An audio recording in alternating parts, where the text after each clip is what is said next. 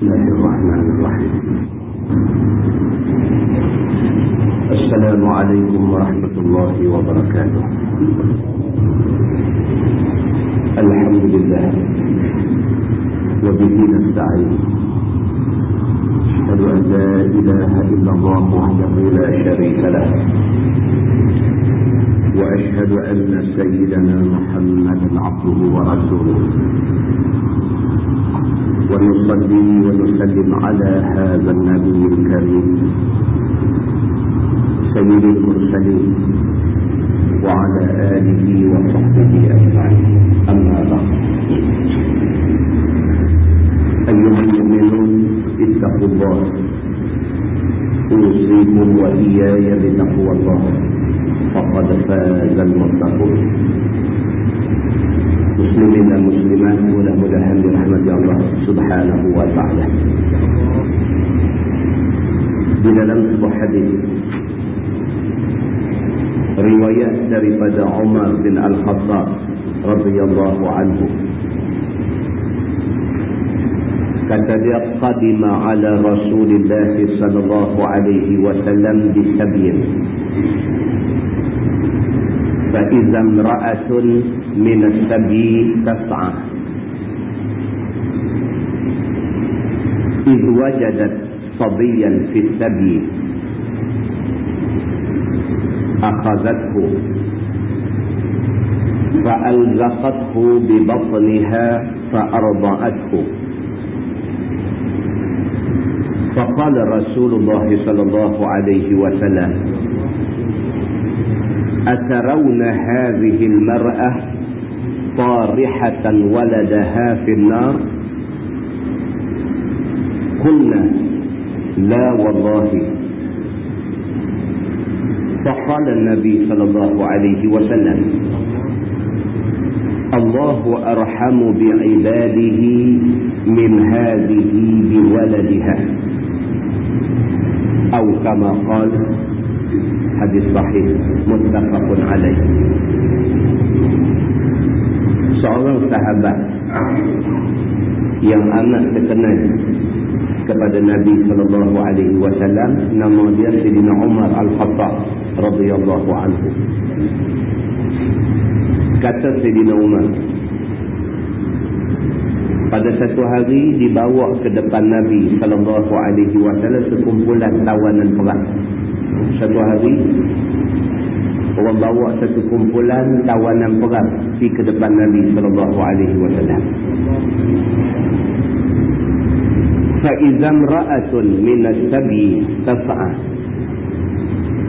Dalam ramai-ramai kumpulan yang menjadi tawanan perang tu ada satu orang perempuan.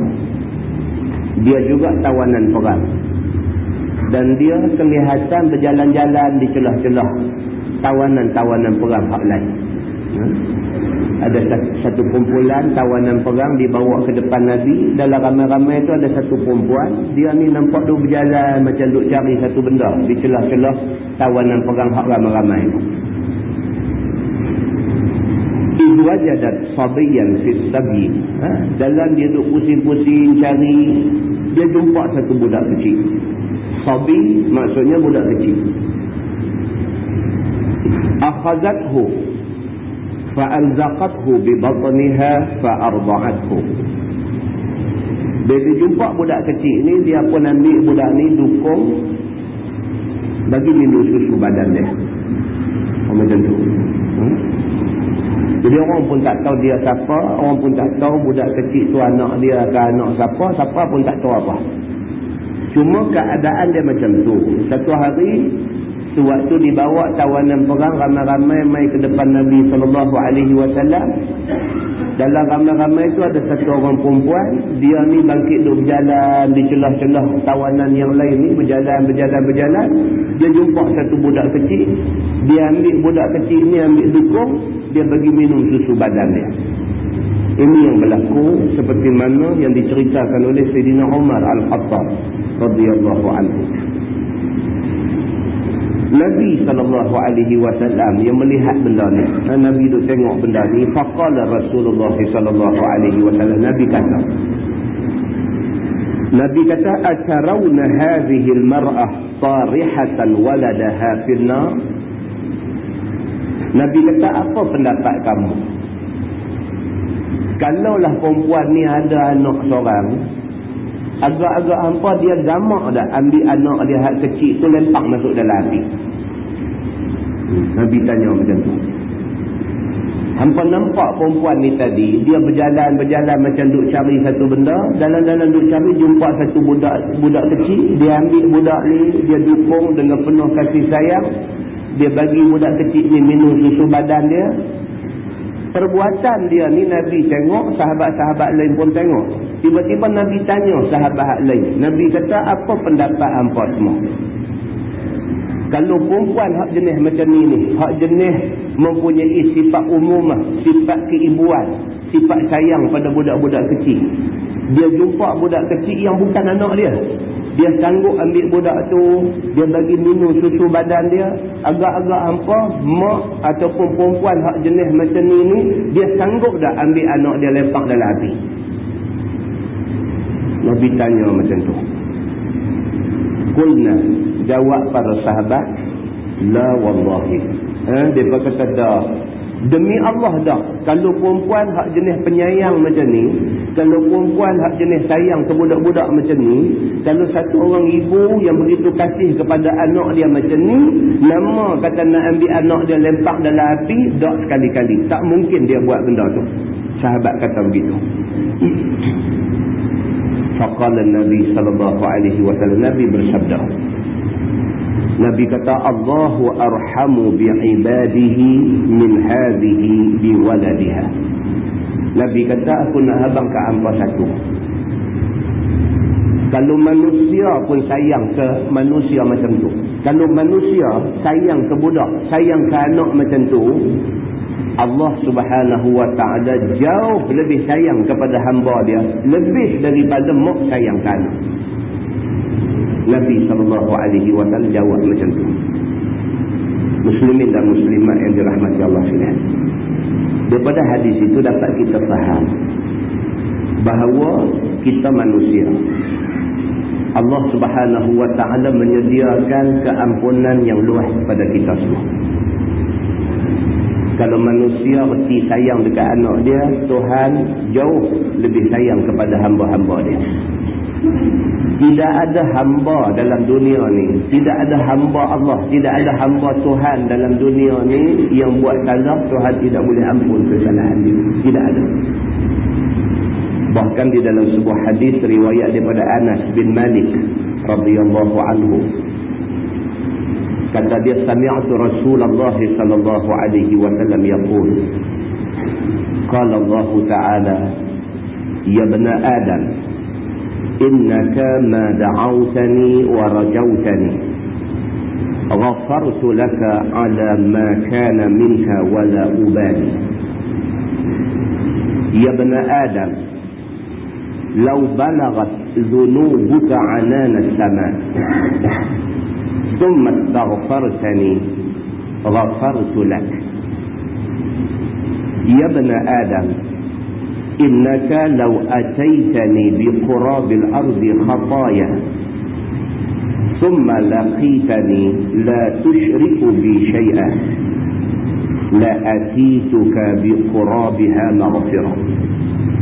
Atau kama qala, hadis riwayat Imam At-Tirmidzi. Nabi SAW bersabda, Nabi kata, Allah berfirman dalam satu hadis Qudusi. Tuhan kata, wahai manusia, sekian lama kamu minta dan kamu harap sesuatu daripada aku. Tuhan kata macam tu.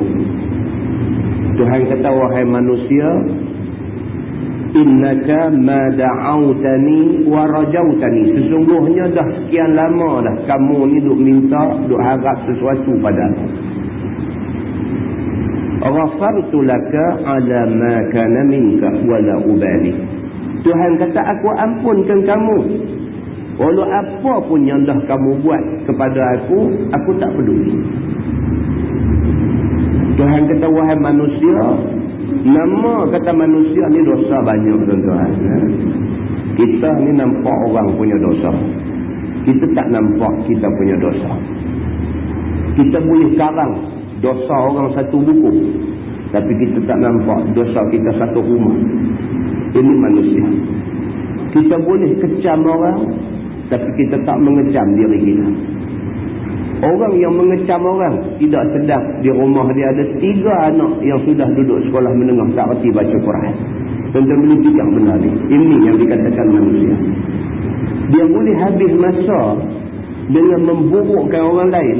Dalam masa yang sama di rumah dia ada 3 orang anak tak reti Quran. Ini yang dikatakan manusia. Maka manusia ada salah. Al-insan la yakhlu min al-khata' wal nisyan. Manusia tak boleh lepas, tak boleh sunyi, tak boleh bebas daripada silap dengan lupa. Maka manusia yang baik ialah manusia yang menjadikan cermin itu sebagai cermin hidup dia. Itu manusia baik. Dia menjadikan cermin muka tu sebagai cermin hidup dia. Dia ambil cermin letak depan dia, dia tengok muka dia sendiri. Dia tengok di mana cacat celah yang ada pada dia, dia perbaik. Ini manusia baik. Kerana dia jaga diri dia dulu. Selaras dengan firman Tuhan, dia kata, qu anfusakum wa ahlikum nara. Jaga diri kamu dulu. Kemudian jaga keluarga kamu daripada api neraka. Manusia yang baik ialah manusia yang ikut ayat Quran, ikut hadis Nabi SAW. Maka kita sedang diri kita manusia, kita sedang kita banyak silap, maka kita perbaik kesilapan kita. Itu yang paling baik. Allah Subhanahu Wa Taala selaras dengan sifat pengampun yang ada pada dia. Maka Allah Subhanahu Wa Taala sebut dalam hadis Qudsi ini, Allah kata, wahai manusia, aku tahu sekian lama kamu mengharapkan sesuatu daripada aku. Ghafartu lak.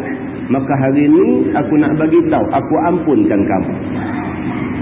Walau banyak mana kesalahan kamu, wala ubali. Aku tidak kisah. Ya bani Adam, wahai manusia, law balagat dhunubuka anana as-sama, thumma astaghfartani, ghafartu lak. Tuhan kata, wahai manusia, kalau sekiranya dosa kamu mencicah langit, kalau kamu satu orang manusia yang banyak buat dosa, banyak buat salah, dan dosa kamu mencicah langit, kalau susun daripada perut bumi ini, susun dosa kita tepuh langit. Banyak sungguh dosa kita ni. Kemudiannya kamu minta ampun kepada aku. Tuhan kata, ghafartu lak. Aku ampun kamu. Dosa kamu kalau sampai cecah langit pun, tapi kamu mau minta ampun dekat aku ampun kamu. Tuhan kata macam tu. Ya bani Adam, wahai manusia, innaka law ataitani biqurabil ardi khataya. Kalaulah sekiranya kamu mati dan kamu menghadap aku dalam keadaan kamu bawa dosa sepenuh bumi. Dosa kalau susun sampai cicah langit, kalau sekiranya kamu tabur bagi rata penuh perut bumi ni dengan dosa kamu. Summa laqitani la tusyriku bi syai'an. Kemudian kamu mati, kamu jumpa aku dalam keadaan kamu tidak syirik Allah dengan satu benda pun, la ataituka bi qurabiha maghfirah. Aku pasti wa'mai kepada kamu keampunan sepenuh bumi. Kalau dosa hampa penuh perut bumi, aku buat mai dekat hampa keampunan sepenuh perut bumi. Muslimin dan muslimat yang dirahmati Allah sekalian, hadis itu riwayat Imam At-Tirmizi. Kita ambil pengajaran. Tuan-tuan, seperti yang selalu kita sebut, kita orang Islam rujukkan kita Quran dan hadis Nabi. Selagi mana kita buat tidak lari daripada yang Quran suruh, yang Nabi suruh, kita tidak salah. Walaupun 1000 manusia, 1,000,000 manusia kata kita salah. Kerana yang menilai kita ialah Allah. Kerana yang menentukan betul tak betul kita ialah Allah. Manusia dia hanya suka luaran kita, tetapi Allah Subhanahu Wa Taala dia mengetahui hakikat yang ada di dalam batin kita. dan kita meletak kepercayaan kepada Allah Subhanahu wa taala, dan Allah Subhanahu wa taala Tuhan yang bersedia menerima segala taubat yang dibuat oleh hamba-hamba Dia. Muslimin dan muslimat yang dirahmati Allah sekalian, mudah-mudahan mukadimah itu memberi manfaat kepada kita semua insya-Allah. Kita menggunakan Bahrul Mazi jilid 16. Bahrul Mazi jilid 16. Kita masuk satu tajuk baru pada jilid yang baru. Kita bersetuju untuk menggunakan jilid 16, iaitu Abwabur Ru'yah, cerita tentang mimpi-mimpi. Kita buka jilid 16 muka surat 2. Seperti biasa, Bahrul Mazi dia akan mulakan perbahasan tajuk baru dia dengan sepotong hadis. Nabi SAW bersabda, "Nadharallahu imra'an sami'a maqalati fawa'aha fa'addaha kama sami'aha." Maksud dia, Allah Subhanahu wa taala akan menceriakan, Allah Subhanahu wa taala akan memberi seri kepada muka mana-mana manusia sami'a maqalati, yang mereka dengar kata-kata aku. Mana-mana manusia yang suka dengar hadis Nabi, Allah janji Allah akan bagi muka dia bersih, muka dia jernih, muka dia berseri-seri, muka dia terhindar daripada muka dosa. Nabi kata fawa'aha fa'addaha kama sami'aha. Kemudian dia menghafal dan dia mengamalkan dan dia menunaikan hadis yang dia dengar. Dia suka dengar hadis Nabi, kemudian dia cuba sedaya upaya hafal hadis Nabi, kemudian dia cuba sedaya upaya yang ada kat dia nak beramal dengan hadis Nabi yang dia dengar ni. Fa'addaha, kemudian dia menunaikannya kama sami'aha, seperti mana dia dengar. Maka Allah Subhanahu wa taala suruh Nabi bagi tahu, dijanjikan kepada orang-orang yang macam ni mendapat wajah yang bersih dan berseri-seri. Kata dia, Bismillahirrahmanirrahim, Abwabur Ru'yah an Rasulillah sallallahu alaihi wasallam. Bermula segala bab yang membicarakan mimpi, maka inilah tempatnya. Semuanya itu daripada hadis Rasulullah sallallahu alaihi wasallam. Tuan-tuan, kita kena ingat, apa juga benda yang ada dalam dunia ni orang boleh tafsir ikut suka. Ada orang dia mentafsirkan apa juga benda bersandar kepada Quran dan hadis. Ada orang dia tafsir apa juga benda bersandar akal. Ada orang dia tafsir apa juga benda yang ada depan dia bersandarkan maklumat-maklumat yang mai kat dia. Maka kita nak bagi tahu, tafsiran yang tepat ialah tafsiran yang bersandar kepada Quran dan hadis Nabi sallallahu alaihi wasallam. Sama dengan bab mimpi. Mimpi hari-hari orang mimpi. Nabi pun mimpi. Alim ulama pun mimpi. Kita semua pun mimpi. Orang yang tak semayang pun mimpi. Mimpi adalah satu kejadian ajaib yang Tuhan bagi jadi dekat mana-mana manusia. Cuma berbeza manusia, berbeza faham tentang mimpi. Ada manusia bila dia mimpi, dia merujuk kepada tafsiran agama. Ada manusia apabila dia mimpi, dia berdasarkan kepada kepercayaan-kepercayaan tertentu yang tidak ada asasnya dalam agama. Semalam ni kita nak tengok tajuk mimpi berdasarkan kepada hadis Nabi sallallahu alaihi wasallam. Masalah, dia kata mimpi itu apa dia? Mimpi ni apa? Sesungguhnya mimpi itu satu alam yang sangat ajaib sekali. Dia kata mimpi ni dia satu dunia lain, satu alam lain, dan dia dipenuhi dengan keajaiban, benda-benda pelik. Kan? Mimpi naik kuda terbang, kan? Mimpi boleh terbang dan sebagainya. Tapi dia cerita detail kat kita. Telah maklum kepada kita semua, iaitu Allah Subhanahu wa taala jadikan dia di dalam tidur. Ini semua orang tahu. Mimpi biasanya main masa tidur. Ada orang orang tak tidur pun boleh mimpi. Ini lagi luar biasa. Enggak. Sebab mimpi ni biasanya dia nanti main masa tidur. Tapi ada juga kes-kes luar biasa. Tak tidur pun satu macam punya mimpi. Ini lagi kawan. Dia kata apabila Tuhan kehendakkan seseorang yang tidur itu masuk dalam alam yang ajaib di dalam tidurnya, maka dengan seketika maka ia tidur. Maka melihatlah ia akan apa-apa yang belum pernah dilihat daripada segala perkara yang ajaib itu. Ya. Dia kata kalau Tuhan nak bagi dia mimpi, sat saja. Sat lagi dia nanti pejam mata dia nanti tidur, dan bila tidur saja, sat saja mimpi nanti mati. Tak ada lama, sat saja. Pejam sat saja, mimpi apa? Ada orang begitu. Dia kata, seperti bermimpi dia naik ke langit dengan terbang sungguh dah. Kan? Mimpi boleh terbang di sana sini begitu. Ataupun mimpi naik kapal perang. Yang ni kasar ni kaki. Dia kira perang aja. Kira apa pun nak perang, apa pun nak gaduh, apa pun nak bertumbuk, apa pun kira mau settle dalam masa satu malam. Dia jenis orang high voltage ni. Karan kuat ni. So mimpi naik kereta kebai, mimpi naik kapal perang, ada juga jenis macam ni. Dan ada yang mimpi masuk syurga. Ada juga sebahagian orang dia mimpi dia rasa macam duduk dalam satu tempat yang cukup baik, yang dia rasa mungkin itu syurga. Begitu. Ataupun mimpi masuk neraka, yang ni leceh. Ada juga peluh mocik dalam tidur tu. Mimpi nampak ulang main lagu nak katuk dia, lompat lari jatuh lubang api apakah, merangkak naik kena katuk kepala dengan besi, penat, peluh mocik dan sebagainya. Ada orang mimpi macam tu. Dan ada yang mimpi melihat padang mahsyar. Dia mimpi, dia tengok lalu satu macam yang padang, tengok signboard padang serai, bukan padang mahsyar. Ada juga orang macam tu dia mimpi.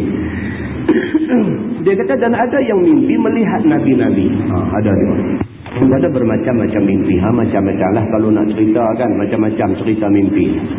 Maka di sini, maka tidaklah disebutkan semua mimpi manusia itu. Dia kata tak larat nak tulis lah. Kalau nak tulis contoh mimpi saja, satu kitab lain pula dia nanti tulis. Dia kata macam-macam orang, macam-macam mimpi. Bahkan disebutkan mimpi Nabi dan setengahnya daripada mimpi sahabat-sahabat dan juga takdirnya itu. Ada sebahagian pula dia mimpi sama ada mimpi jumpa Nabi ataupun dia mimpi jumpa sahabat Nabi. Dalam mimpi dia tu jumpa satu orang yang berwajah elok, rupa parah bersih, nampak berseri-seri, nampak macam satu orang yang hebat-hebat, nampak macam orang-orang alim, nampak macam orang-orang yang salihin, orang yang baik-baik dan sebagainya. Dalam mimpi tu dia diberitahu bahawa orang tu ialah Sayyidina Abu Bakar As-Siddiq. Misalnya begitu. Ada orang mimpi macam tu. Dan ada pun mimpi kita semua. Dia kata yang ni manusia, maka tiada sekiralah banyaknya dan bermacam-macamnya. Iaitu telah dikarang akan dia oleh beberapa ulama yang ditentukan oleh mereka itu dengan kitab. Yakni kitab ta'bir mimpi. Seperti kitab yang bernama Ta'thirul Anam fi Tafsiril Ahlam. Ini cerita pasal ta'bir mimpi saja. Dan juga kitab Tafsirul Ahlam dan lainnya daripada kitab Arab yang memuaskan hati orang yang mau melihat di dalamnya akan takbir mimpi itu. Dia ada kitab tuan-tuan. Kitab ni contoh-contohnya kitab yang ditulis itu tadi itu Tafsirul Ahlam, tafsir mimpi-mimpi. Dia ada dua, orang Arab dia guna dua perkataan. Satu dia guna ru'ya. Ru'ya makna dia mimpi. Satu lagi ahlam, juga makna mimpi ataupun hilm, makna mimpi juga. Cuma di sisi orang Arab bila dia guna ru'ya maksud dia mimpi baik. Bila dia guna ahlam maksud dia mimpi ta'awabad. Begitu. Maka dia kata mimpi-mimpi mukmin yang sebenar-benar mimpi dan yang bukannya ingau-ingauan. Dan tiadalah boleh mempermudah-mudahkan dan bohong-bohongkan. Tidak ada takbirnya. Dia kata di dalam banyak-banyak mimpi ada mimpi baik. Mimpi baik ini kadang-kadang kita tak boleh nak buat main-main. Mimpi baik sekali dia terangkan kita yang kata mimpi baik itu macam mana. Orang yang nak boleh kata mimpi baik itu pun dia ada orang-orang dia. Bukan semua orang.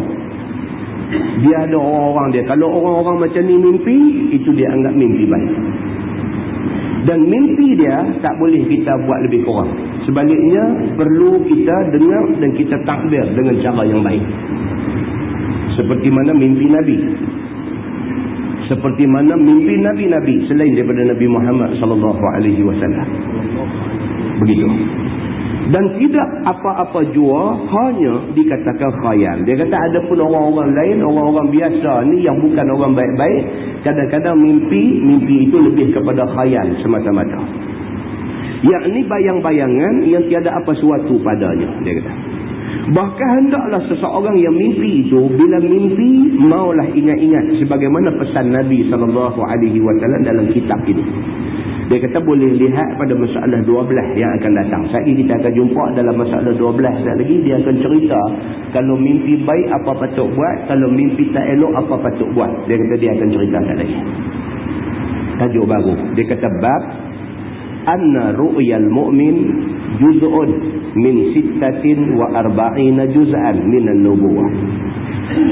Itu bab yang menyatakan bahawasanya mimpi mukmin itu satu potong daripada 6 dan 40 potong daripada keadaan jadi Nabi. Mimpi orang baik-baik ni, dia kata adalah 1/46 daripada kenabian. Lagi dia terangkan kita. Ketahuilah saudaraku, bermula makna mimpi mukmin satu potong daripada 46 potong nubuah itu boleh kita dapati dalam hadis yang dikeluarkan oleh Imam At-Tirmizi. Kata dia an Abi Hurairah radhiyallahu anhu qala Rasulullah sallallahu alaihi wasallam idza qataraba az-zaman lam takat ru'yal mu'min takdzib. Diriwayatkan daripada seorang sahabat Nabi sallallahu alaihi wasallam. Nama dia Abi Hurairah radhiyallahu anhu. Kata dia telah bersabda Nabi sallallahu alaihi wasallam, apabila berhampiran masa, maksudnya bila dekat nak kiamat. Apabila berhampiran masa, maksudnya bila dekat nak kiamat. Nescaya tiada hampir mimpi orang mukmin itu bohong. Yakni apabila hampir kiamat, nescaya hampir-hampirlah tiada bohong dan tiada jadi karut mimpi orang Islam yang bermimpi. Itu maksud dia. Dia kata lagi dekat kiamat, mimpi orang-orang alim, mimpi orang yang baik-baik ni, mimpi ni menjadi kenyataan. Hampir-hampir menjadi kenyataan. Kalau dia mimpi kata malapetaka nak mai, tunggu tak apa lama malapetaka mai. Begitu. Hampir-hampir kiamat, hampir-hampirlah mimpi orang baik-baik ni jadi kenyataan. Begitu. Dan boleh jadi berlaku mimpi itu sebagaimana takbirnya. Kadang-kadang dia mimpi itu memang sungguh-sungguh jadi macam yang dia mimpikan. Ini. Pasal apa tuan-tuan? Pasal dia menjelang kiamat makin kurang orang baik. Menjelang kiamat orang makin teruk. Sama ada teruk tu kerana dia sendiri teruk, ataupun teruk tu kerana pihak berkuasa memaksa dia jadi teruk. Tuan-tuan tengok apa jadi di Singapura lah ni. Kesianlah. Kesian. Ambil kesempatan daripada isu orang Islam ganas. Ambil kesempatan daripada situ sampai semua amalan orang Islam nak dipunggah buah. Jahat. Ambil kesempatan. Ambil kesempatan daripada isu kata orang Islam ganas, maka orang Islam yang ada di seluruh dunia dikenakan tindakan. Ambil sempena daripada isu kata Islam ni menganjurkan keganasan, maka sebarang simbol, sebarang tanda yang menunjukkan keislaman seseorang nak dihapuskan. Benda ni adalah ulangan kepada apa yang Turki buat dulu. Turki buat lama dah. Turki dulu tak bagi pakai tudung dan sebagainya, janggut pun tak boleh simpan, lama punya cerita. Dia repeat balik. Walaupun pihak intelektual, pihak-pihak yang cerdik, bijak, pandai dah kemukakan hujah secara ilmiah, kenapa tidak patut dihalang pemakaian tudung kepada orang perempuan Islam, sama ada budak-budak ataupun orang dewasa. Bagi hujah ilmiah, buat proposal, hantar dan sebagainya, tidak dilayan. Alasan yang diberikan cukup. tak diterima akal. Alasan dia kata tak mau nak bagi ada perpecahan di sekolah. Main punca kok mana pakai tudung nak jadi perpecahan. Tetapi itulah alasan yang diberikan oleh pihak berkuasa Singapura. Tuan-tuan tengok. Ini yang dikatakan dunia menjelang akhir zaman.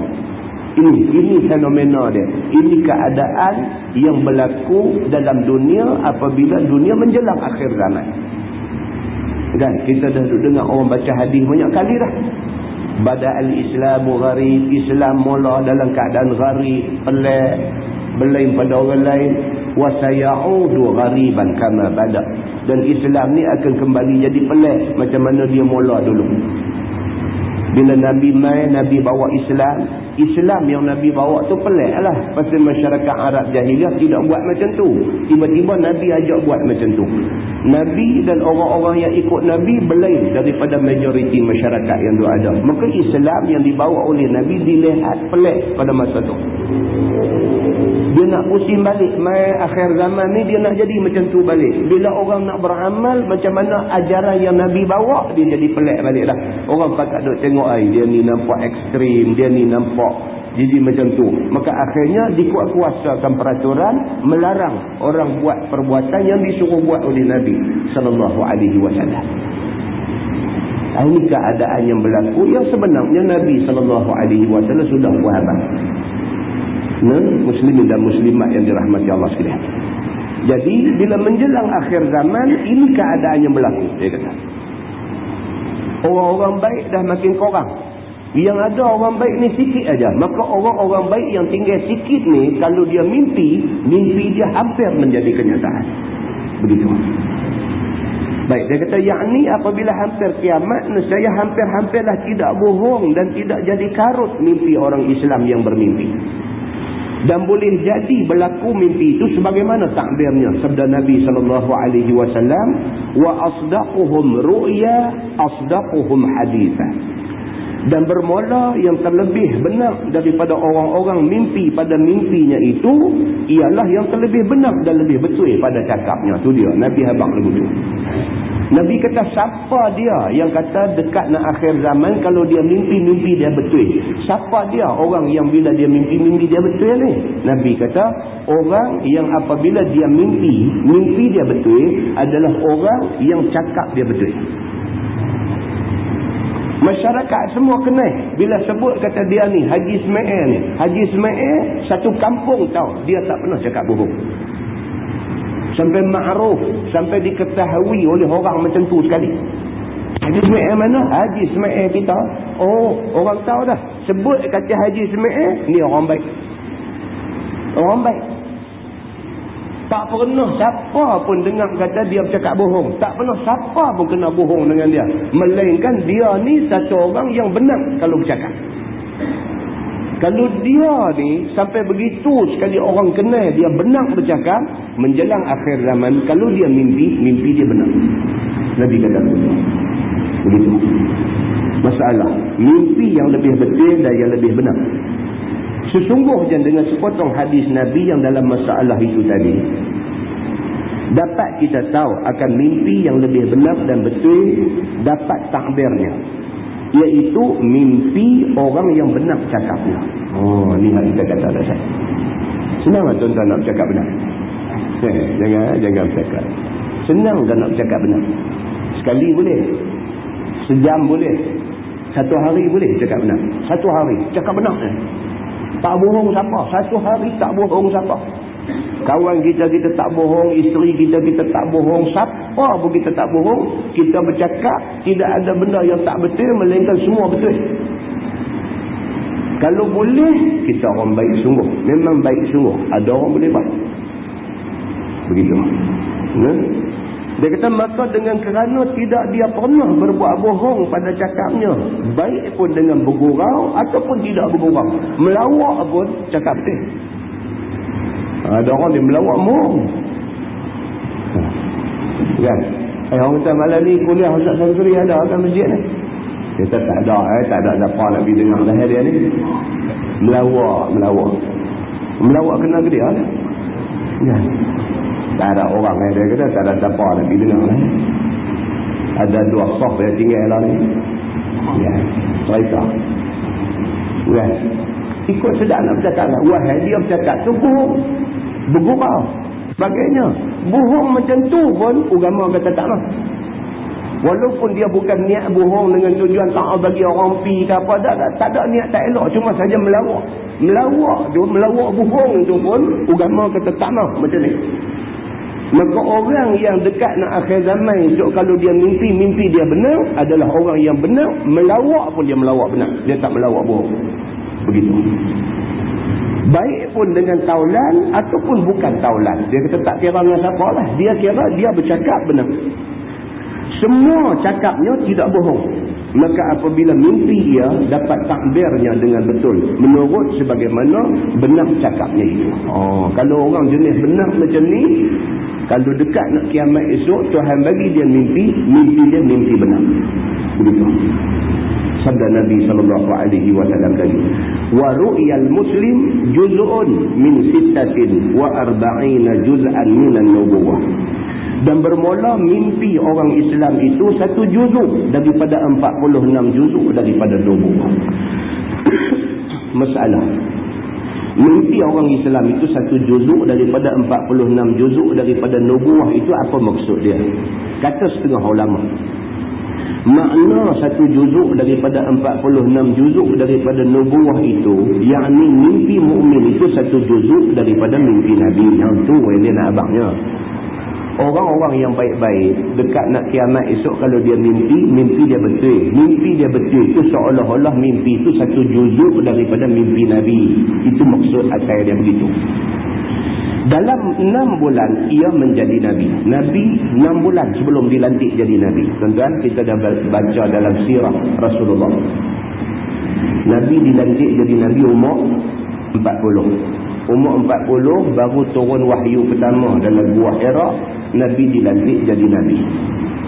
Sebenarnya 6 bulan sebelum dilantik menjadi Nabi. 6 bulan tu Nabi belum jadi Nabi lagi. Tapi dalam tempoh 6 bulan sebelum dilantik menjadi Nabi, Nabi duk mimpi dah. Mimpi Nabi pada masa tu mimpi benar. Itu maksud dia nak abang.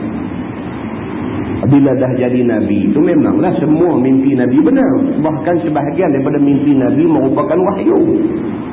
Sebelum dilantik jadi Nabi itu, 6 bulan sebelum lantik jadi Nabi itu, mimpi Nabi itu mimpi benar lah. Itu maksudnya. Ya? Dalam masa 6 bulan ia jadi Nabi. Pada awal-awal dia belum jadi pesuruh Allah tu. 6 bulan yang pertama tu dah mimpi betul lah. Kerana adalah Nabi turun wahyu dengan mimpi dalam 6 bulan. Pada mula dia belum jadi Nabi. Dan kira-kira Nabi kita telah jadi Nabi dan Rasul itu 23 tahun. Nabi jadi Nabi selama 23 tahun. Umur 40 dilantik jadi Nabi. Umur 63 Nabi wafat. 63 tolak 40 jadi 23. Maknanya Nabi menjadi Nabi selama 23 tahun. 23 tahun dia ada berapa kali 6 bulan. Dia punya calculation dia ni pening sikit. Tapi dia nak abang yang tu lah. Nabi menjadi Nabi selama 23 tahun. 13 tahun di Mekah, 10 tahun di Madinah. 23 tahun Nabi jadi Nabi. Dalam tempoh 23 tahun tu dia ada berapa kali 6 bulan. 6 bulan setahun. 6 bulan setahun. Kalau 23 tahun dia ada berapa kali 6 bulan? 46 kali. Dia nak pergi situ lah. Nak kata 46 satu juzuk daripada 46 nubuwah. Dia nak abang yang tu. Pasal apa?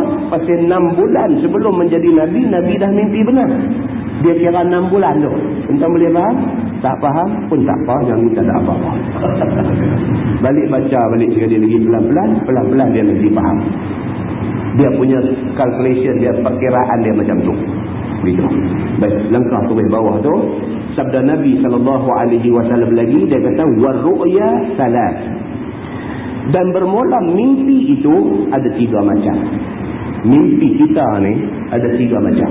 Dia kata mimpi itu 3 macam. Sesungguhnya dengan sepotong hadis dalam masalah itu dapat kita tahu bahawa mimpi itu ada 3 macam. Pertamanya, mimpi sebenar-benar mimpi. Ini mimpi betul dia. Yang ni mimpi yang betul, bukannya ingau-ingauan. Dia kata bukan mengigau. Mimpi betul. Yang ni satu. Dan bukannya mimpi yang disertai oleh syaitan. Ini yang kata mimpi betul, syaitan tak ada campur punya. Maka iaitu tiap-tiap mimpi yang dilihatnya di dalamnya barang yang menyukakan hatinya. Kalau dia mimpi benda baik-baik, seperti dilihatnya dirinya dalam syurga. Ini mimpi bagus. Kata ini mimpi betul. Mimpi dia masuk syurga dah. Begitu. Ataupun mimpi yang mimpi dia ni mimpi yang kalau ditakbirkan membawa makna baik. Maka itu mimpi yang betul. Seperti mimpi terlihat akan dirinya kena ikat dan sebagainya. Pula dia kata mimpi, kata dia kena ikat, ni mimpi baik. Tak lagi nanti jelas. Kemudian rupanya ada hadis Nabi SAW. Nabi kata barang siapa yang mimpi kaki dia kena ikat, maka itu adalah mimpi baik. Nabi kata bermakna kaki dia kena ikat, duk berdiri tegak tu kaki kena ikat. Itu menunjuk kata dia tetap di atas Islam. Takbir dia jadi macam tu. Kita boleh fikir tak? Mimpi kena ikat. Kita mimpi kena ikat tak bagus kan? Tak. Nabi kata dalam hadis dia, Nabi kata barang siapa yang mimpi dia duduk atas satu jalan tu nampak lurus, tapi kaki dia kena ikat. Nabi kata ketahuilah dia orang pilihan yang Allah akan pastikan dia duduk di atas jalan yang lurus. Jadi mimpi kena ikat orang-orangnya termasuk dalam kumpulan mimpi baik. Begitu. Dan kalau kita tak mengaji tak tahu nak ni. Kalau kita tak mengaji tak tahu mimpi kena ikat, duk ronta peluh mercik kan. Jaga-jaga mimpi apa macam ni. Nak marah. Punca dia pasal kita tak mengaji. Bila kita tak mengaji kita tak tahu. Rupanya mimpi macam tu Nabi kata bagus. Begitu. Baik. Dia kata dan keduanya, mimpi jenis kedua dia kata mimpi syaitan. Sekali dia nanti hurai detail lagi halus. Mimpi jenis kedua mimpi syaitan, iaitu mimpikan segala perkara yang ditakuti. Seperti mimpi kena tekan dengan hantu. Ada juga lagu ni. Ini dia kata mimpi syaitan. Kira tu kena tindih hantu. Bau gaya nak tidur, bau lembu nak pejam, kena tindih. Nak menguat tak boleh, nak menyawa tak boleh. Ya. Ada kot 20 minit baru terlepas. Menyawa penat. Ini mimpi syaitan. Kan? Saya cerita banyak kali dah cerita dia kena tindih hantu. Dia kata ataupun mimpi kena cekek. Ni karut. Mimpi kena cekek. Duk tak duk tangan main menyerama keliling pakai nak cekek kita. Begitu. Ataupun dia kata mimpi kena hanyak. Mimpi kuat sangat tengok wrestling. Kan? Mimpi kawan naik atas tali tu terjun di atas perut kita. Mimpi kena hanyak tu. Dia kata dan mimpi yang tiada berketentuan. Dia kata mimpi jenis tak entu halak ni. Mimpi yang kita pun tak tahu nak cerita kat orang. Mimpi apa kata. Berasa lagu duduk naik kereta. Sedang kapal terbang. Kapal terbang, berasa kapal terbang. Sedang lagu duduk atas bangku di meja makan di rumah. Jadi tak tahu lagu tu. Ada juga orang mimpi lagu tu. Dia kata. Seperti terkadang nampak dia akan diri dia berkawan-kawan. Ini yang contoh mimpi tak ketahuan ni. Dalam mimpi dia tu dia nampak dia ni ada kawan ramai. Kawan dia ada belakang tu hak lama dulu. Hak berkawan masa di Johor dulu pun ada dalam mimpi dia. Kawan masa sekolah rendah tu 25 tahun dulu pun ada dalam mimpi dia. Duk tak duk tu kawan hak kenal di Mekah apa dulu pun ada dalam mimpi dia. Dia mimpi berkawan-kawan. Kemudian sudah nampak pula beberapa kawan dia jadi budak-budak pula. Kan?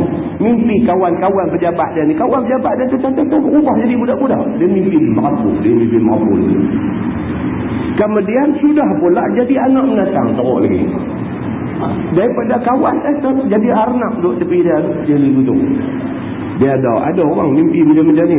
Kemudian sudah merupa barang yang ditakuti ataupun barang yang dibenci. Dah berubah jadi arnab atau bertukar pula jadi apa. Kalau aku nak gigit tengkok dia dan sebagainya macam-macam. Jadi macam tu. Maka semua itu mimpi yang disertai oleh syaitan. Dia kata kalau macam ni punya mimpi, tahulah itu mimpi, syaitan sudah campur dalam mimpi itu. Ada kawan saya seorang, dia duk tanya saya lah. Dia kata dengar orang ni kata nak baca tajuk mimpi apa. Dia kata di sebab dia main bulan lepas lah kot. Saya dengar kata nak baca tajuk mimpi apa di sebab dia kata insya-Allah lah senang ni. Tak, dia kata macam saya ni, dia kata saya kalau nak demam, dia kata saya selalu mimpi sama. Kalau nak demam, kalau saya mimpi tu tahu dah esok mesti demam dia kata. Kata mimpi lu lah.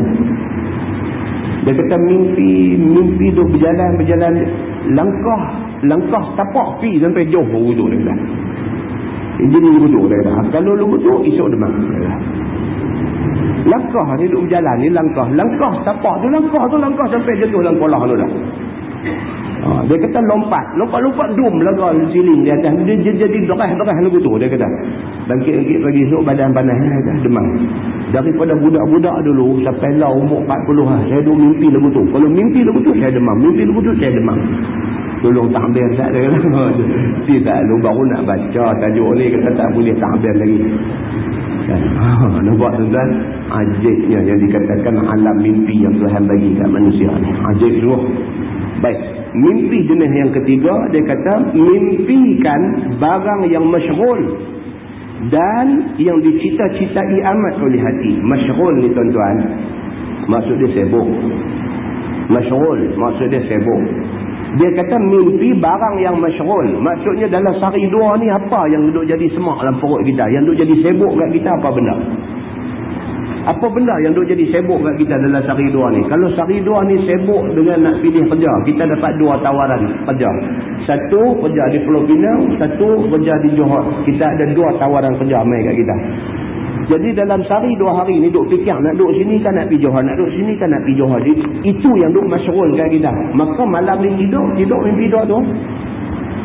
Kita mimpi benda yang memang duk main dalam kepala kita. Benda tu juga main dalam mimpi kita. Pun dia kata benda yang dicita-citai amat oleh hati. Mimpi apa? Mimpi nak beli helikopter misalnya. Mimpi nak beli helikopter. Memang seminggu ni memang duk fikir nak beli tak beli helikopter, nak beli tak beli. Dalam seminggu tu mimpi naik helikopter je pusing kat atas. Pasal apa? Pasal kita terlampau masyghul dengan benda tu, maka mimpi benda tu. Itu jenis yang ketiga. Mimpi tu dia main berdasarkan apa yang kita kuat ingat pada masa tu. Seperti seorang yang gila mengaji dan gila menghafal ataupun melancang pengajian. Maka tiba-tiba dalam tidurnya nampak akan dia melancang. Ataupun nampak akan mimpinya itu payah dapat. Dua ni sibuk dengan nak pilih kerja. Kita dapat dua tawaran kerja.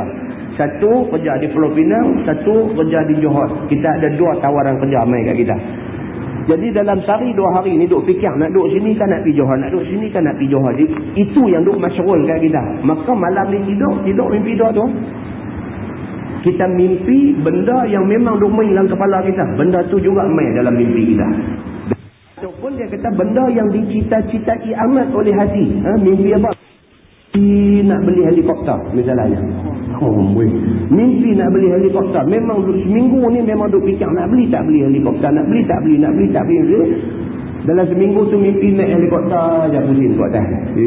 Pasal apa? Pasal kita terlampau masyghul dengan benda tu, maka mimpi benda tu. Itu jenis yang ketiga.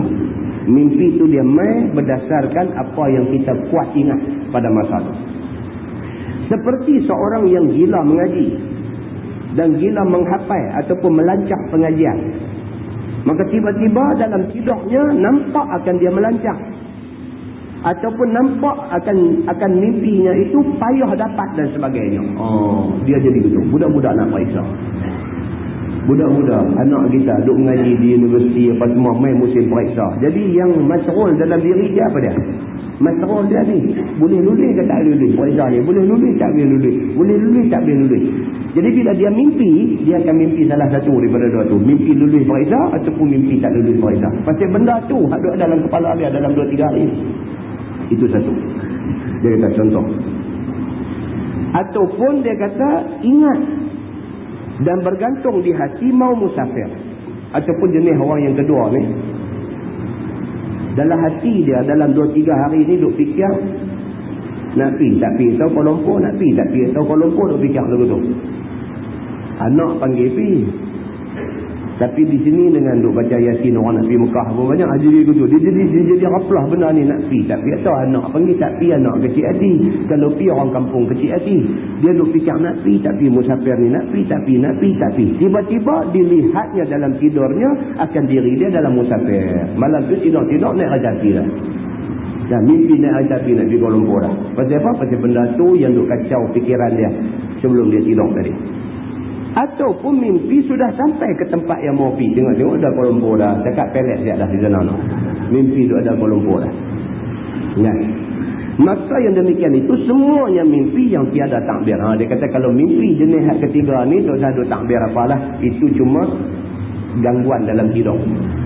Dia ganggu pasal benda tu mengganggu kita sebelum tidur lagi dah. Benda tu duk ganggu kita sampai tidur pun kita terbawa-bawa benda tu masuk dalam mimpi. Hak mimpi jenis ketiga ni tak payah takbir. Dia kata tu betul. Sabda Nabi SAW macam ni lah, macam orang semayang istikharah kan. Kita ada anak perempuan tu kan. Dia ada berkenan satu budak jantan mana. Kita pun ada seorang kita cari, kita rasa elok apa semua kita nak bagi kat dia. Bila kita habaq kat dia pun habaq kat kita. Budak-budak lah kan. Kita habaq kat dia, kita kata ni ayah adalah seorang budak ni ayah kenal lah. Ayah duk ingat kalau hang kenal cantik budak ni. Oh dia kata saya pun nak habaq kat ayah lah. Hang pun nak habaq kat aku juga nak habaq apa? Saya pun ada ayat seorang dia tak ada kenal. Kita kata lah macam ni lah. Ayah pun dah selepas cakap dah dengan mak pak budak tu.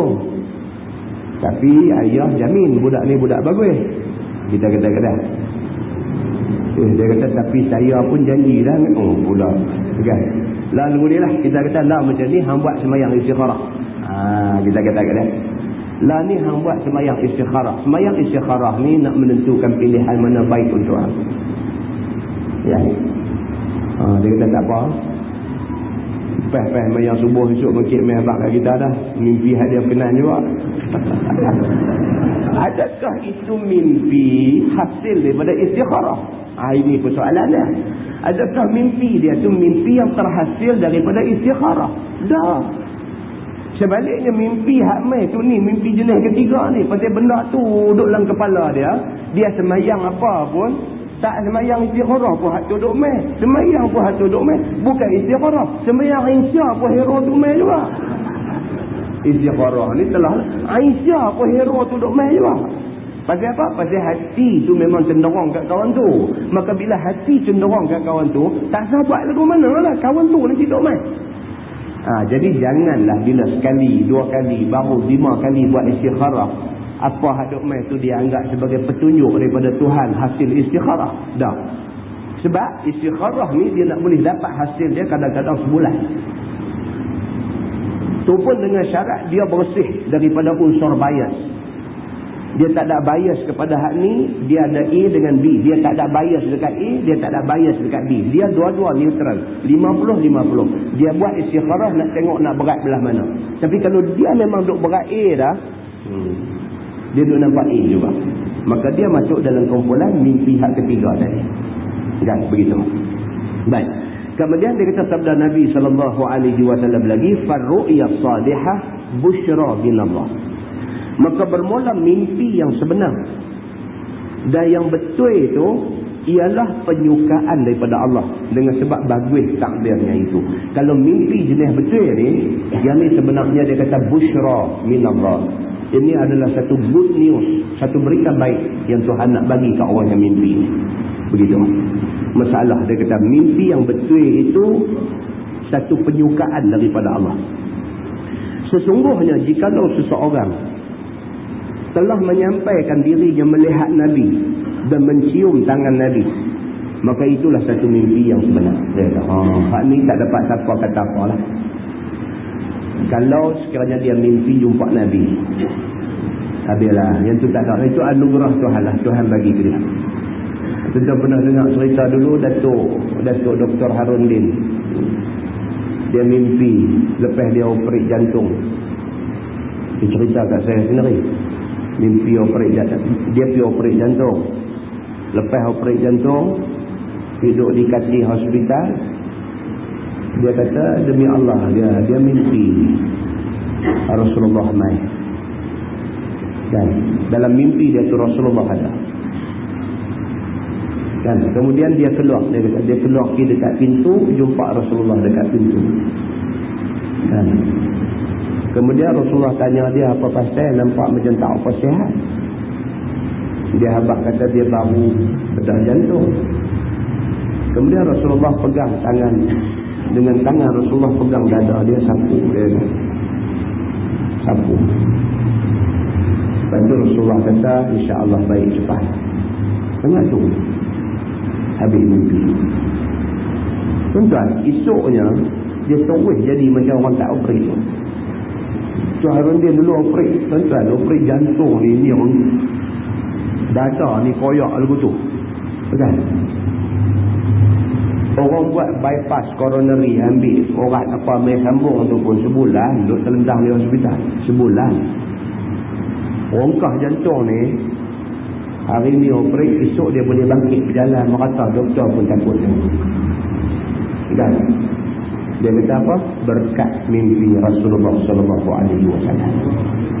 Tuhan nak bagi. Ini yang kata Tuhan nak bagi. Dan dia pun tak cerita ke orang merata megah pada, dia cuma habaq bagi kita kawan baik dengan dia habaq. Tuan-tuan, siapa tak teringin nak jumpa Rasulullah? Kan? Ni kalau ada dalam jemaah ni yang dapat di Mekah tahun ni sampai di Madinah ziarah makam Rasulullah. Kita duduk depan makam Rasulullah ni, tuan-tuan bayangkan ni yang kita duduk selawat Allahumma salli ala Muhammad. Nabi Muhammad kita duk ucap selawat, duk ucap selamat kat dia ni, duk ada depan kita ni. Dalam kubur, dalam makam ni ada Nabi. Yang kalau kita bagi salam dekat dia, Assalamualaikum ya Rasulullah, yakinlah Nabi jawab salam kita. Nabi kata waalaikumsalam. Tuan-tuan, kalau mak kita doa kat kita kebaikan pun kita seronok tak tahu nak habaq dah. Apatah lagi Nabi kita ucap selamat dekat kita. Ini peluang untuk orang yang sempat sampai di bumi Rasulullah di Madinah dan sempat sampai di Mekah. Ini keistimewaannya. Ini keistimewaannya. Lebih kerap boleh ziarah Nabi, lebih baik. Ada orang tiap-tiap tahun pergi ziarah Nabi. Ada orang dah sampai sana sehari-hari tu dia ziarah tak tahu berapa kali. Masuk Masjid Nabawi semayang aja ziarah. Masuk Masjid Nabawi semayang aja ziarah. Ziarah Rasulullah. Lagi kerap kita ziarah dia, lagi banyak keberkatan kita nanti dapat daripada Allah Subhanahu wa ta'ala. Lebih-lebih lagi mimpi jumpa Nabi. Nabi kata, kalau kamu mimpi tengok aku, man ra'ani fil manam, barang siapa yang melihat aku dalam tidurnya, sesungguhnya dia seolah-olah melihat aku dalam keadaan jaga. Nabi kata, kerana syaitan tidak boleh menyerupai rupa.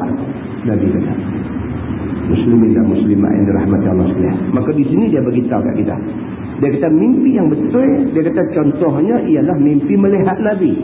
Apatah lagi mimpi mencium tangan Nabi SAW. Maka itulah satu mimpi yang sebenar-benarnya. Dan itulah satu perkara yang menyukakan hati. Tak ada siapa lah manusia yang Allah bagi dekat dia mimpi jumpa Nabi yang dia tak rasa seronok. Tak ada. Mana-mana manusia pun kalau Allah bagi dekat dia peluang untuk mimpi jumpa Nabi, dia pasti seronok. Dia pasti seronok.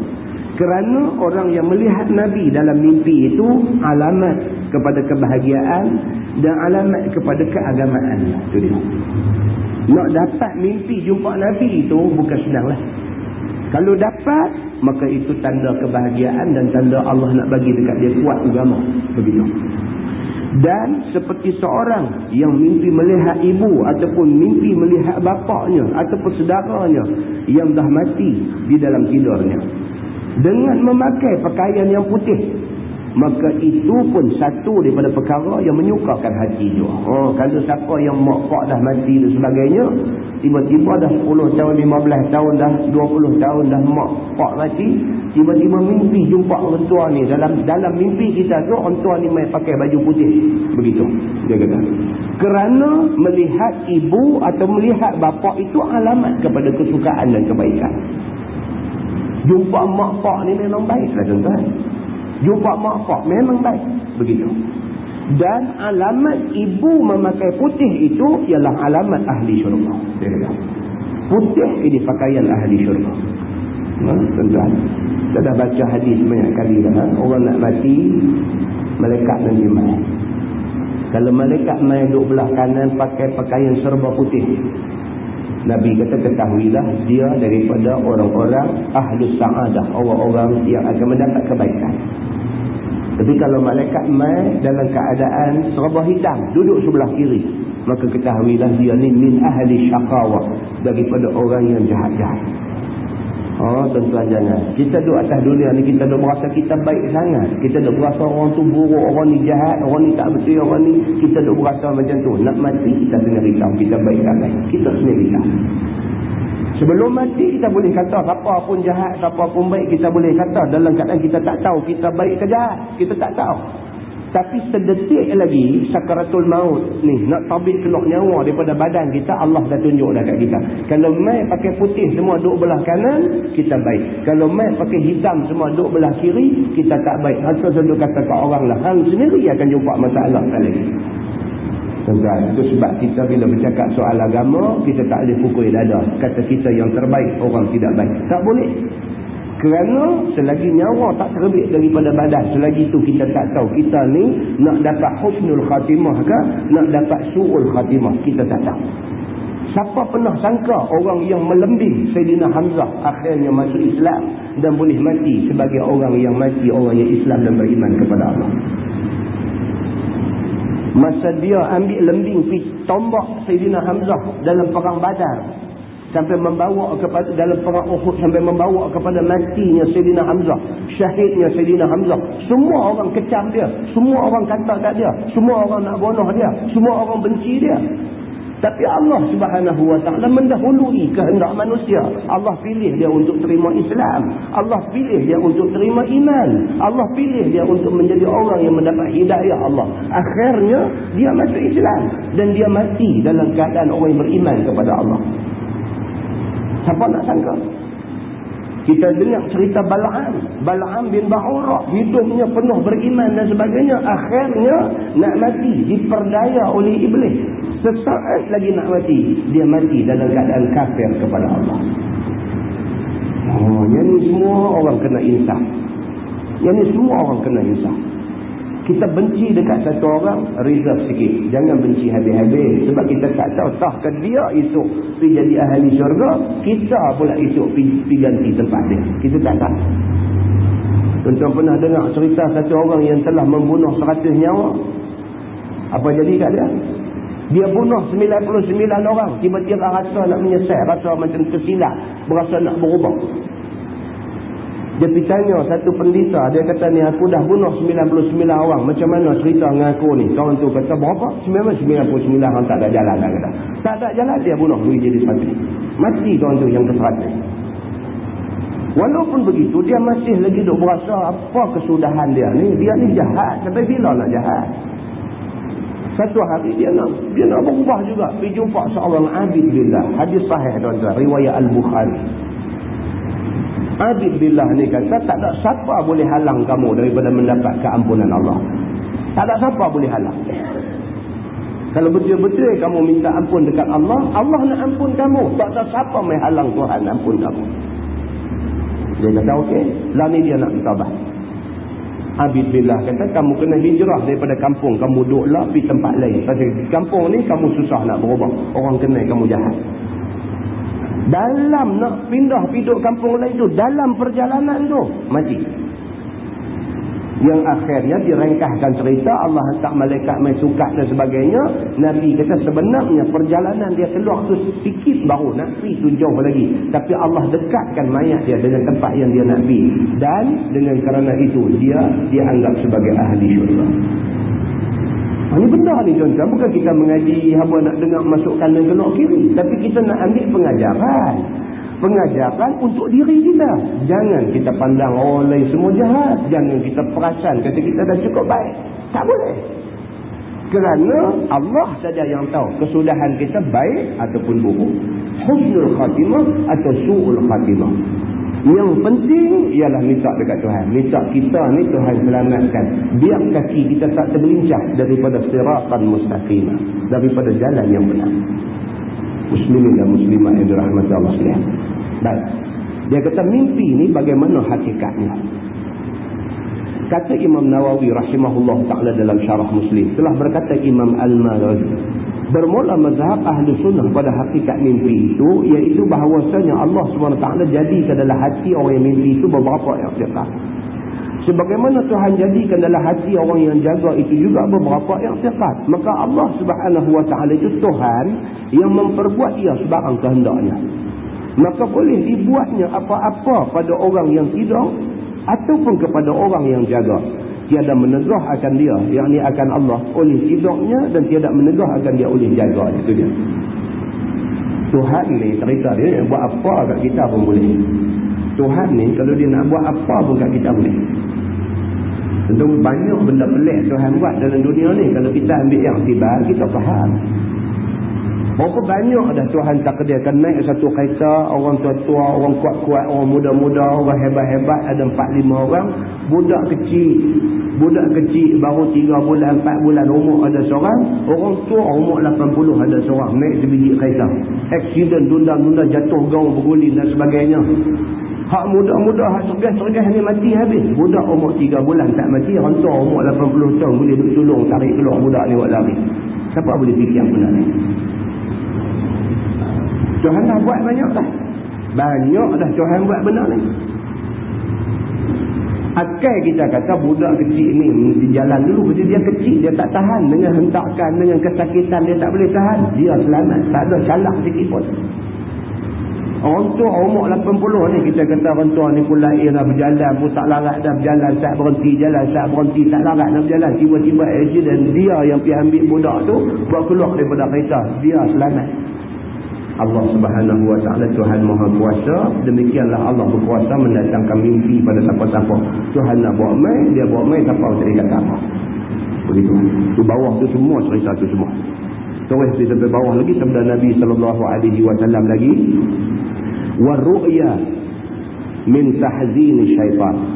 Dan mimpi yang satu macam lagi itu ialah mimpi daripada kedukacitaan syaitan. Kita buka muka surat sebelah. Masalah dia kata mimpi syaitan. Sesungguhnya mimpi syaitan itu iaitu apabila seseorang itu tidur, maka datanglah syaitan itu daripada sebelah kirinya. Ini dia nak cerita mimpi syaitan. Bila tidur, syaitan nanti main belah kiri. Maka ia pun datang mengusik hati dan dipertakut-takutkannya. Syaitan ni dia main, dia duduk belah kiri, dia duduk main buat kerja dia lah. Dia usik kita, dia nanti bagi jadi macam-macam. Ini kerja syaitan. Dengan seketika itu, maka nampaklah ia di dalam tidurnya, rasa-rasa dirinya sendiri bertengkar. Mulalah. Dosa mimpi bertengkar dengan orang. Mimpi bertengkar dengan orang. Ataupun mimpi beramuk. Mimpi mengamuk.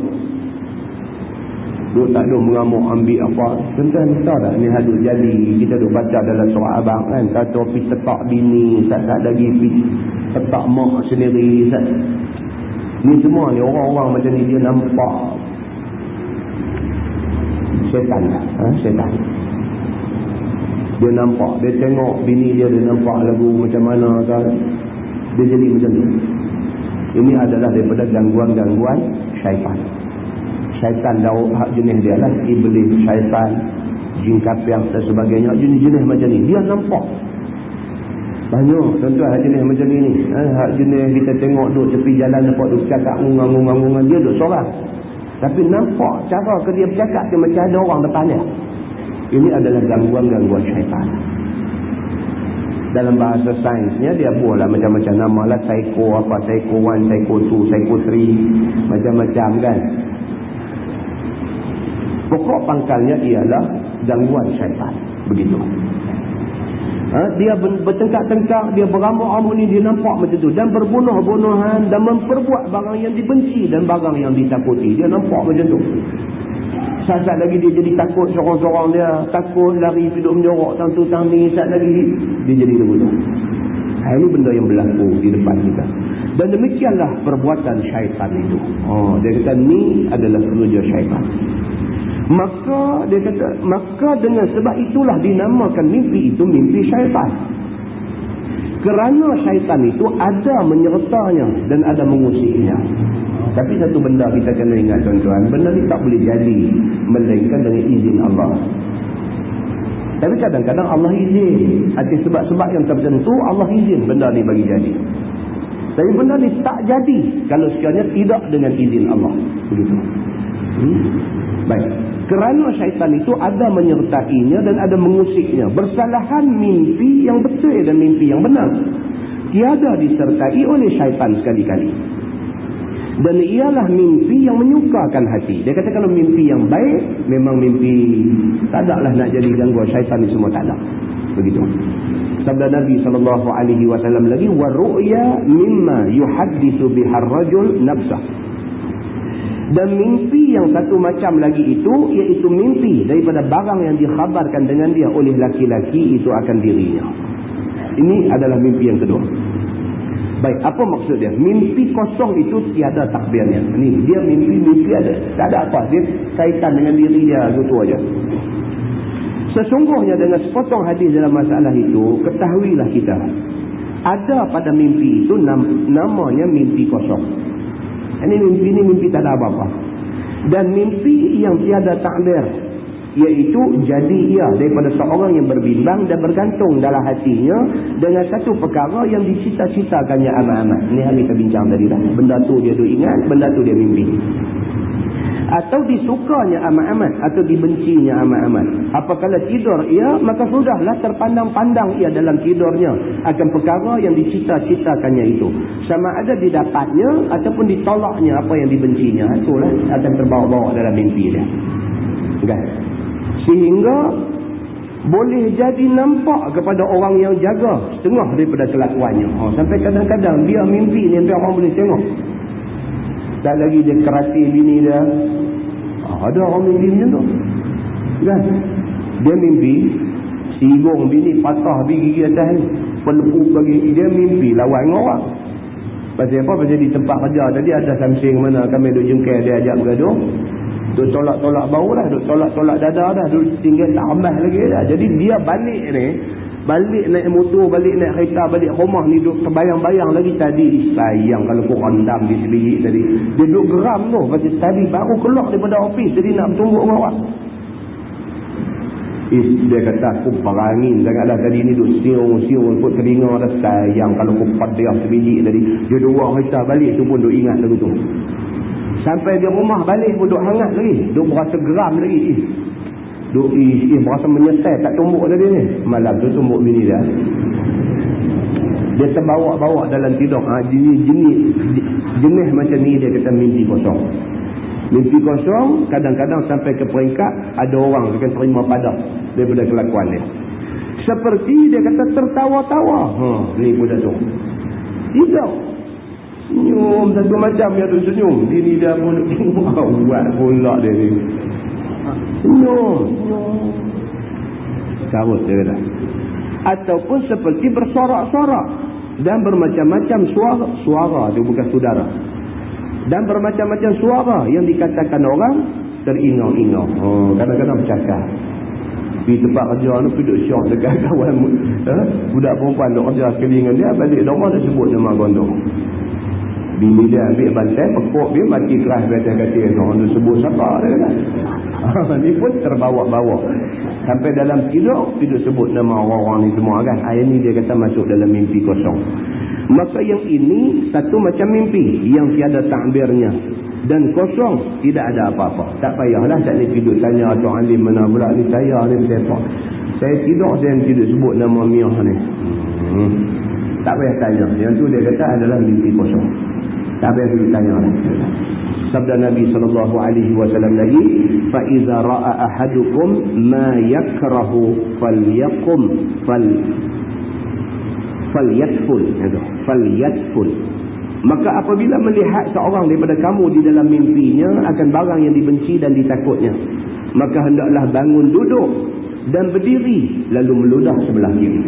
Ni Nabi bagi satu tunjuk ajar. Kalau mimpi jenis tak elok ni, kalau mimpi jenis-jenis macam tu terjaga. Nabi kata jangan terus tidur, bangkit duduk.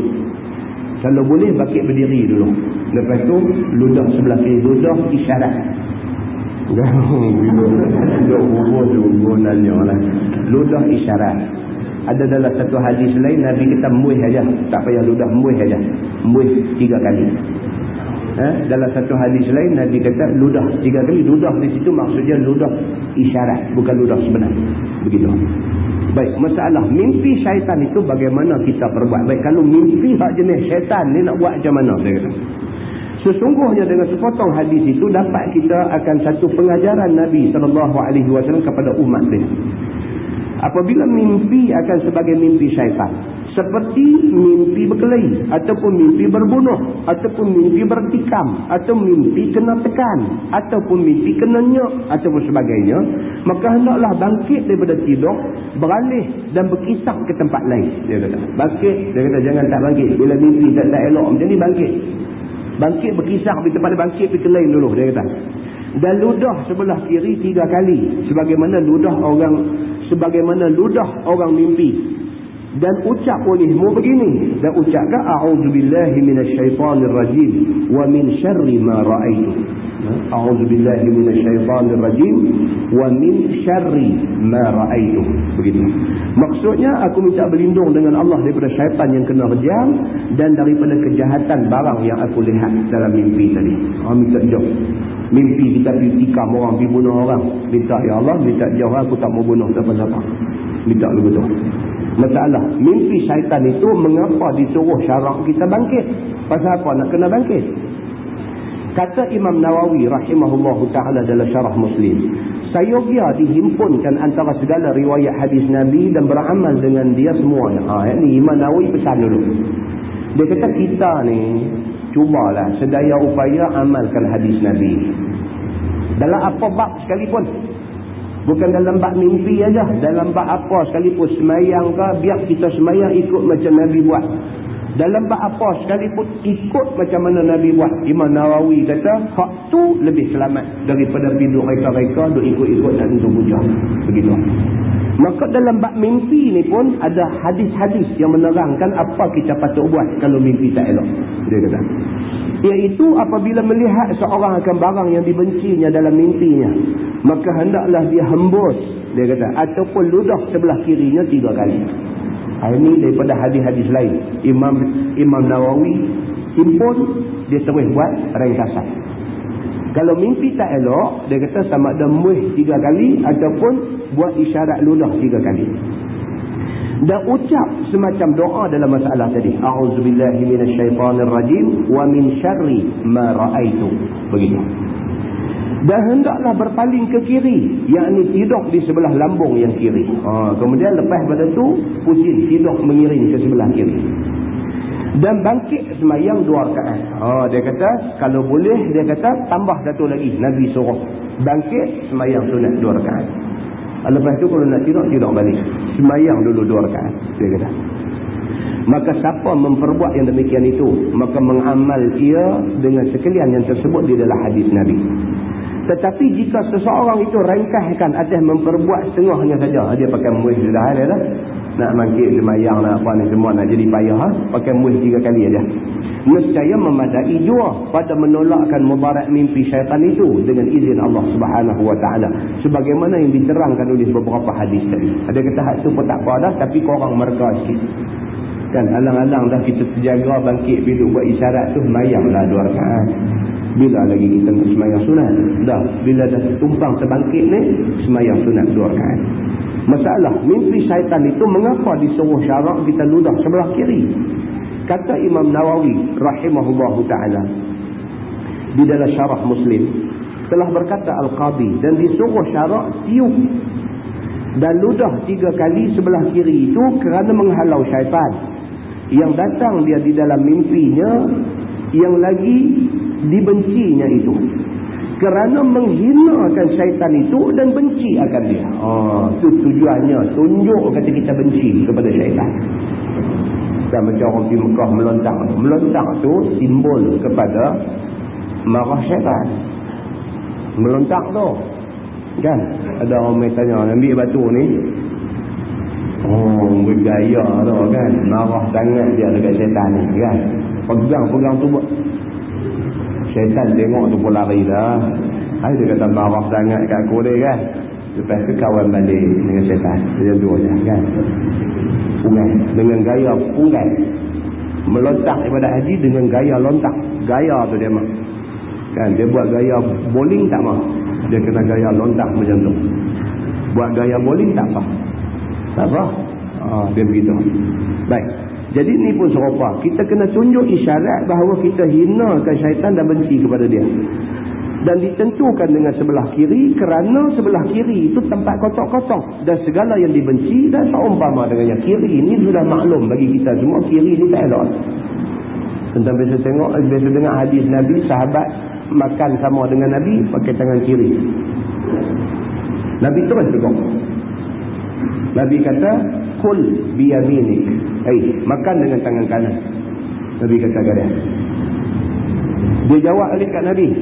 Dia kata, aku tak boleh. Dia kata, aku dah biasa dah dengan tangan kiri. Nabi kata, tak ada orang yang tak boleh buat benda baik ni melainkan dia takabur. Nabi kata. Dia kata dia tak boleh, biasa dah tangan kiri. Tak boleh. Nabi kata, ubah juga tangan kanan. Pasal apa? Kiri menunjukkan tidak baik. Begitu. Tawaf Kaabah pun dulu kanan. Tawaf Kaabah dulu kanan. Kemudian apabila orang-orang kafir Quraisy ni, mereka pun tawaf Kaabah ke kanan juga. Bahkan mereka tawaf dalam keadaan tidak pakai apa baju. Kemudian Nabi perintahkan, Nabi kata, salahilah mereka ini. Oleh kerana mereka pusing ke kanan, kita pusing ke kiri. Nabi kata. Dan mereka tak pakai apa, kita pakai pakaian masa tawaf. Begitu. Dan jadi semua benda baik memang disuruh kita mula dengan kanan. Hatta nak pakai kasut, nak pakai baju pun dia suruh saruk mula dengan tangan kanan, pakai kasut pun saruk dengan kaki kanan dulu. Begitu. Jadi itu sebab kenapa disuruh ludah sebelah kiri apabila mimpi benda tidak baik. Sabda Nabi SAW lagi, wala yuhaddits bihan nas, dan jangan cerita mimpi itu kepada orang-orang. Ni pula satu lagi. Kalau mimpi ni mimpi tak baik, lebih-lebih lagi tak cerita kat orang. Mimpi baik pun kalau nak cerita tengok-tengok orang. Begitu. Dia tak suruh cerita dekat semua orang. Baik, masalah. Mimpi itu tak boleh cerita kepada sebarang orang. Sesungguhnya dengan sepotong hadis itu dapat kita akan pengajaran Nabi. Iaitu jikalau seseorang itu mimpi, sama ada mimpi baik ataupun mimpi tidak baik, ataupun mimpi suka atau mimpi duka, dan juga mimpi takut ataupun sebagainya, maka janganlah cerita dan janganlah khabar kepada sebarang orang. Janganlah dicanangkan dengan kata, amboi aku mimpi anu, aku mimpi anu. Mimpi tak baik pun saya cerita, mimpi baik pun saya cerita. Dia kata maksud tak saya cerita tu, tak saya cerita kepada sebarang orang. Kalau nak cerita, tengok orang-orang dulu baru kita cerita. Sebab pun ditegah Nabi ceritakan mimpi kepada sebarang orang itu kerana mimpi itu tidak keluar daripada dua perkara. Mimpi ini pok mana pun dia salah satu daripada dua, iaitu mimpi baik ataupun mimpi tidak baik takbirnya.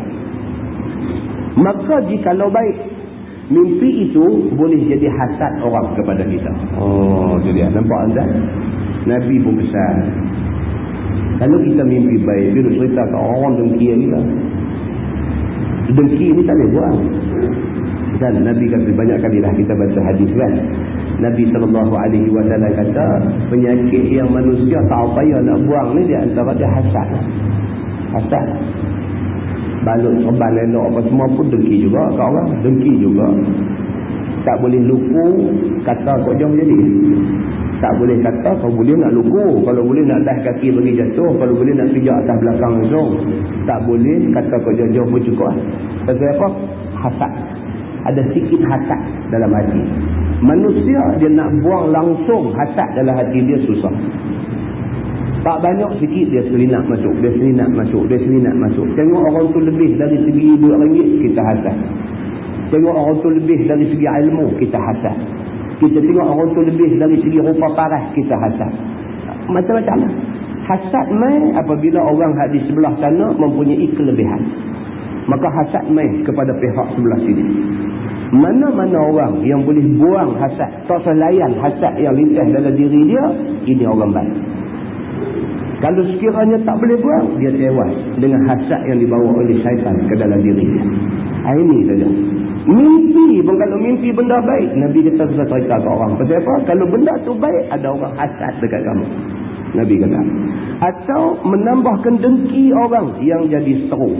Dia memang tak suka kat kita dah. Bila kita duduk cerita pula, kita mimpi jumpa Nabi lah, dia meluat ni tak tahu nak apa. Dia hantam habis-habisan. Pasal apa? Dia memang tak suka dah. Selama-lama ni pun tak suka. Tiba-tiba duduk bawa pula cerita mimpi jumpa Nabi. Habis. Dia lap kaki terus kita. Jadi bahayanya begitu. Nabi kata tak ceritalah dekat semua orang. Agak-agak orang yang patut padam kita cerita, baru kita cerita. Begitu. Dan jikalau tidak baik, dia kata, takbir mimpi itu didengar oleh seteru, nescaya jadi menyukakan dia. Kita duduk cerita mimpi tak baik pula. Dia duduk karang abang orang buat dah. Memang patut pun mimpi lagu tu, dia ni memang lagu ni macam-macam pula nanti keluar. Buruk juga kena dekat kita. Begitu. Kalau mau berkhabarkan mimpi itu, boleh khabarkan. Yakni kepada kekasih yang berakal. Itu dia. Nabi pesan dia macam tu. Kalau nak cerita apa pun, kita pilih-pilih orang. Bukan semua orang. Pilih-pilih orang. Cerita apa pun. Cerita baik, cerita tak baik apa. Kalau nak cerita, pilih-pilih orang.